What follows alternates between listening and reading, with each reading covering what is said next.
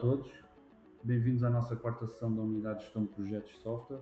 Hoje vamos abordar temas fundamentais para o sucesso de qualquer projeto tecnológico: a definição de requisitos, a gestão do âmbito e as estimativas de prazos, recursos e custos. Sou o engenheiro António Almeida e irei acompanhar-vos nesta jornada pelo planeamento estruturado do software. O nosso roteiro de hoje está dividido em dois grandes blocos. Primeiro, vamos aprender a definir o que o projeto deve fazer através dos requisitos e da EDT, Estrutura de Composição do Trabalho. Na segunda parte, focaremos na vertente quantitativa, como estimar durações, custos e recursos, utilizando métodos como os pontos de função para garantir que as nossas previsões sejam o mais realistas possível. Vamos então dar início ao primeiro módulo, definir requisitos e âmbito. Esta é a fase onde transformamos ideias vagas em definições concretas de trabalho. Mas afinal, o que são requisitos? Imagine que os requisitos são o alicerce do projeto. Eles são os elementos essenciais que definem o que precisa de ser alcançado para que o produto final seja considerado um sucesso. Sem requisitos claros, não conseguimos definir o cronograma, o orçamento ou a qualidade e corremos o risco de entregar algo que não atende às expectativas das partes interessadas. A recolha de requisitos não é um processo passivo. Começamos com a informação do termo de abertura e partimos para o terreno.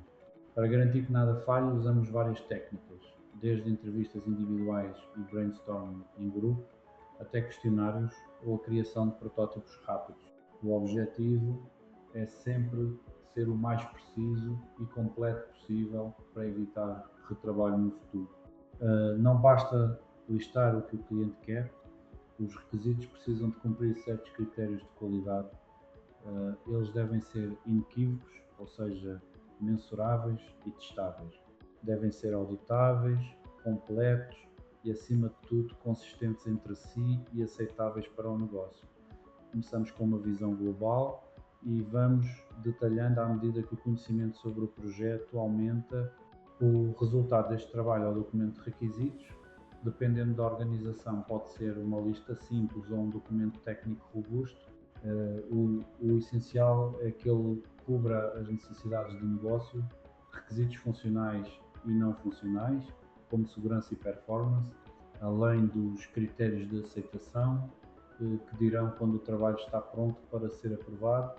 Uma ferramenta vital para o gestor é a matriz de rastreabilidade. Basicamente é uma tabela que liga cada requisito à sua origem e ao entregável correspondente. Por que usar isto? Porque garante que cada funcionalidade acrescenta valor real ao negócio e permite-nos acompanhar o requisito desde o papel até ao código final e aos testes, facilitando a gestão de alterações.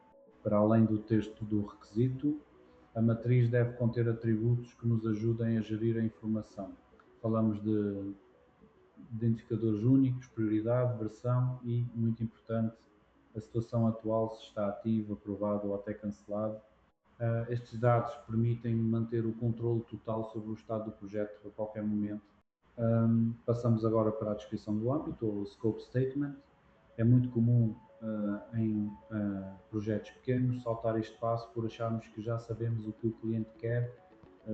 É um erro clássico que gera desperdício. Precisamos de um acordo formal e detalhado que defina as fronteiras do trabalho para que, no final, o cliente não diga que não era bem isto que queria. Este documento é dinâmico, ele nasce no arranque e vai sendo refinado durante o planeamento. Embora o ideal fosse o cliente escrevê-lo, a realidade dita que o gestor de projeto faça o esboço e o submeta para aprovação. Só quando conhecemos todas as limitações é que temos um documento verdadeiramente completo. A descrição do âmbito tem três missões. Primeiro, comunicar claramente a todos os envolvidos o que será feito. Segundo, servir como uma linha de base ou baseline para medir o progresso. E terceiro, ser o ponto de referência para decidir se um pedido de alteração deve ou não ser aceito. O que deve constar nesta descrição? Devemos detalhar os objetivos mensuráveis, as características do produto e algo crucial, as fronteiras, ou seja, o que não está incluído. Listamos também os entregáveis principais, os critérios de aceitação, as restrições orçamentais e os marcos ou milestones que servirão de balizas para o nosso cronograma. Com o âmbito definido, precisamos de partir o elefante aos bocadinhos. É aqui que entra a EDT, estrutura de decomposição do trabalho. Esta técnica organiza o âmbito total em componentes menores e mais fáceis de gerir. Decompor o trabalho simplifica a atribuição de tarefas e torna as nossas estimativas de tempo e esforço muito mais precisas. Ao construir a EDT, o gestor de projeto deve equilibrar rigor com flexibilidade. A arquitetura da EDT pode ser personalizada de acordo com a estratégia de gestão de cada um, mas deve respeitar sempre os requisitos do contrato. Lembrem-se, alterações na EDT implicam normalmente atualizações formais no planeamento. A hierarquia da EDT é simples, o nível 1 é o projeto total, o nível 2 são as fases principais como o desenvolvimento e os níveis inferiores detalham as tarefas específicas. Esta estrutura permite-nos identificar os marcos de progresso e criar relatórios que o cliente consiga entender facilmente. Para clarificar conceitos, uma atividade é um conjunto de trabalho de maior volume, com uma fase de análise. Uma tarefa é a menor unidade dentro dessa atividade.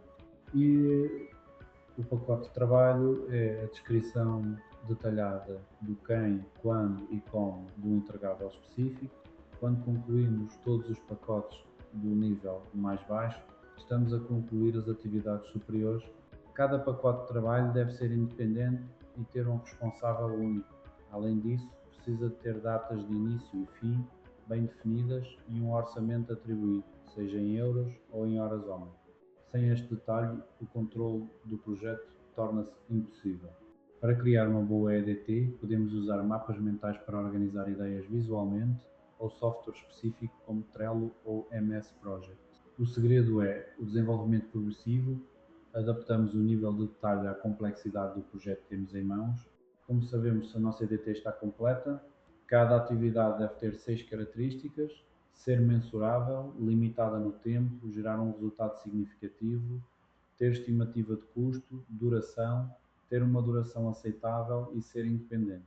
Se faltar algum destes pontos, devemos continuar a decompor a atividade. Vejamos estes pontos em detalhe. Por exemplo, a duração deve ser idealmente 2 semanas ou menos para permitir um controlo ágil. A independência garante que o responsável tem autonomia para gerir o seu tempo sem interrupções constantes. Estes critérios transformam uma lista de desejos num plano de execução real. Existem duas formas de construir a EDT: top-down, onde partimos do objetivo geral para o detalhe, o que é mais preciso para estimativas, ou bottom-up, onde a equipa faz um brainstorming de tarefas e depois as organiza.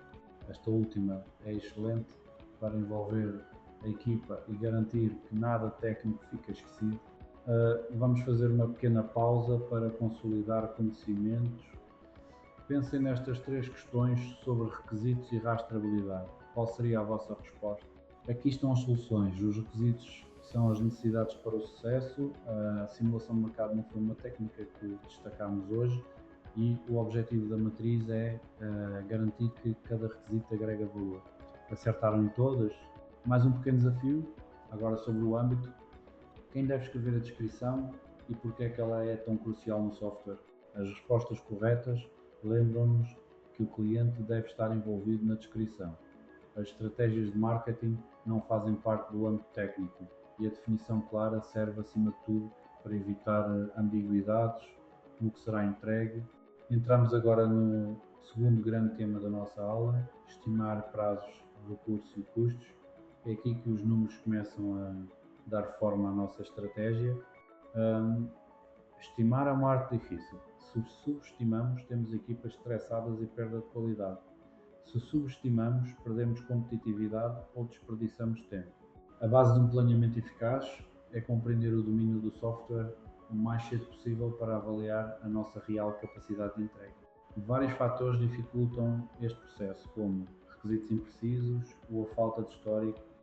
Para melhorar, devemos basear-nos em projetos similares e usar modelos reconhecidos, como a análise de pontos de função ou o COCOM, para gerir o risco de forma aceitável.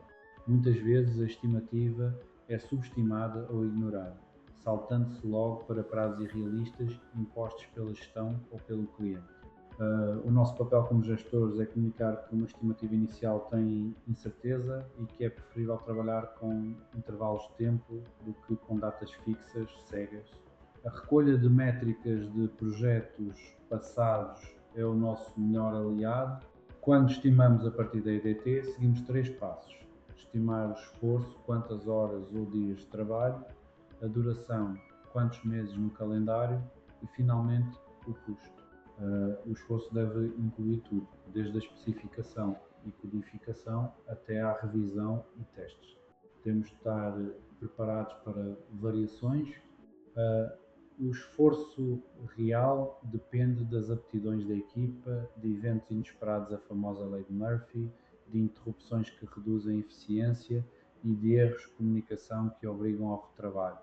Existem várias técnicas para ajudar, desde a simples experiência anterior e dados históricos até a opinião de especialistas. Destaco a técnica PERT, que usa cenários otimistas, pessimistas e prováveis para calcular uma média ponderada, e a técnica Delphi, que procura o consenso entre vários especialistas de forma anónima. Um ponto fundamental: esforço não é igual a duração. Se um programador trabalha 5 horas numa tarefa, mas tem interrupções e reuniões, essa tarefa pode levar dias a aparecer no calendário. Além disso, adicionar mais pessoas a um projeto atrasado muitas vezes atrasa-o ainda mais devido à sobrecarga de comunicação. Escalar recursos nem sempre é a solução. Quanto aos recursos, não falamos apenas de pessoas, mas de perfis e aptidões. No planeamento definimos funções sem necessariamente nomear pessoas de imediato. Contudo, temos de alertar para os riscos. Se um recurso altamente especializado não estiver disponível, o projeto sofrerá um impacto direto no prazo. Na estimativa de custos, olhamos para a mão de obra, hardware, viagens, telecomunicações e formação. É vital usar taxas específicas para cada função e basear-nos em dados reais ou modelos da indústria para evitar surpresas orçamentais a meio do percurso. Resumindo as abordagens, a estimativa analítica bottom-up é mais precisa, mas exige detalhe prévio das tarefas. A estimativa holística top-down é útil em fases iniciais, usando analogias e ferramentas algorítmicas para ter uma visão global do projeto. Para dimensionar o software, podemos comparar componentes atuais com similares do passado, analogia, ou usar abordagens algorítmicas, como a contagem de ecrãs, tabelas e funcionalidades. O método dos pontos de função destaca-se aqui como uma forma objetiva de medir o esforço, baseado nos requisitos. O método dos pontos de função, criado por Alan Albrecht da IBM, foca-se na visão do utilizador. Classificamos ficheiros lógicos, interfaces externas, inputs e outputs. É uma forma de quantificar a complexidade sem depender da linguagem de programação que será utilizada.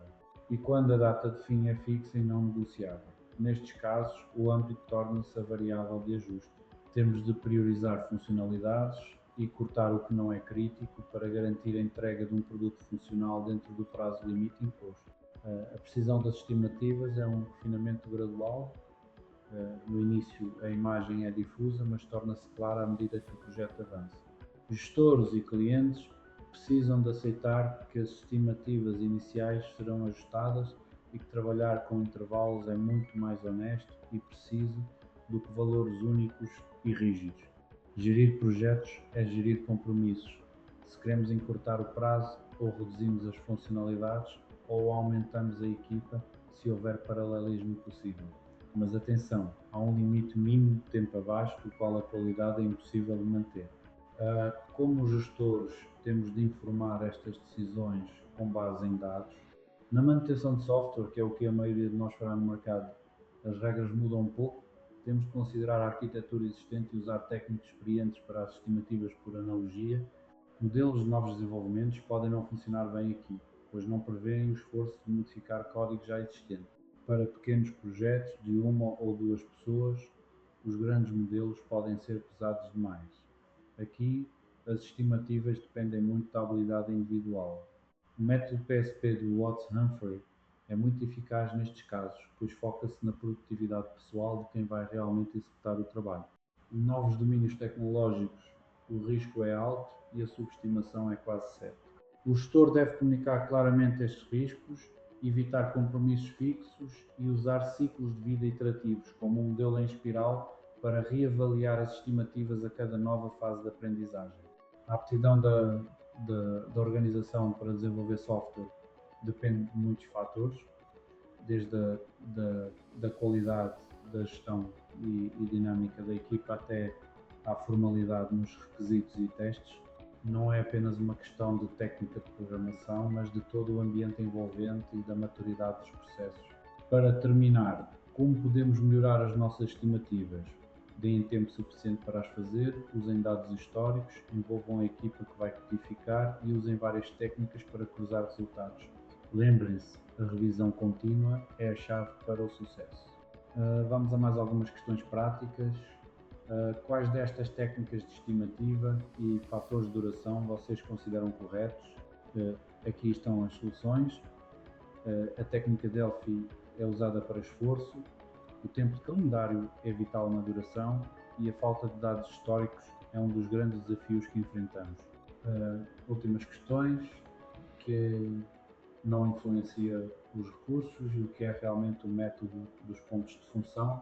Como esperado, os lanches não são um fator direto de estimativa de recursos. Os pontos de função medem a dimensão baseada em funcionalidades e os dados históricos reduzem incerteza. Espero que estas questões tenham ajudado a fixar os conceitos. Chegamos ao fim desta sessão sobre requisitos, âmbito e estimativas. Espero que estas ferramentas vos sejam úteis nos vossos projetos futuros. Se tiverem dúvidas ou comentários, podem contactar-me por e-mail ou telefone. Obrigado pela vossa atenção e até à próxima aula.